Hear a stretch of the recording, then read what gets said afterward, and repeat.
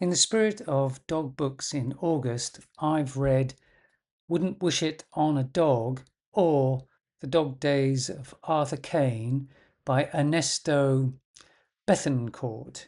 This is a YA book about a boy who's just finished school and therefore must be about 17. This is in the United States. He lives in a suburb of New York. He's having beers with some friends, one of whom comes from somewhere in sub-Saharan Africa, and he has a kind of little bit of a falling out with this African friend who curses him or puts a spell on him and turns him into a dog.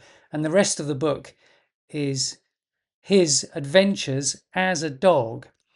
Now, this is a book that I would recommend for probably about 12 to 14-year-olds.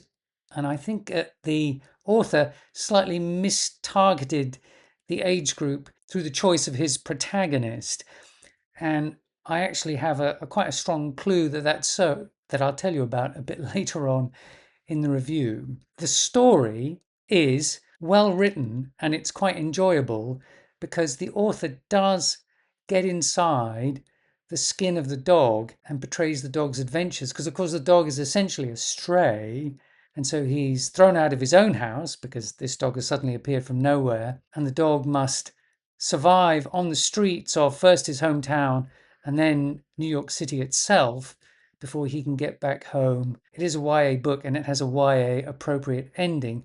Although I think part of the reason why the author gets the age of his protagonist wrong is because he constantly wraps up the challenges that the dog faces till at the end of the story, the dog is in the pound in his hometown and is facing euthanasia. And so the boy, as a dog, has to kind of look within his soul, knowing that he's not going to be around the following day unless a miracle happens. But I won't be giving anything away to say that a miracle does happen. The adventures that the dog goes on, as I say, they're well thought out and they feel quite authentic, in as much as you could imagine a stray dog having the kind of challenges that the dog here, Arthur Kane, as a dog, faces. And so it is a good book from that point of view. And it did make me think about how I would write that kind of story and the kind of things that I would have had a dog have to surmount in its challenge to stay alive, get food, find sustenance, and avoid being caught or otherwise hassled in a big city.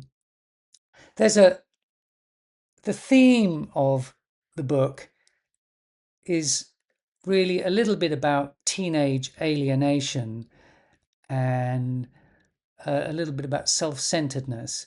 But I don't really feel the author brings out those themes or subplots particularly well or with much emphasis. I think it's much more about the adventure of the dog. Now, the reason why I think that the author understood that he mistargeted the book by having the protagonist being 17 is that there was a TV special made of the book by the American TV channel ABC, which was written by the author of the book. The screenplay was written by the author of the book.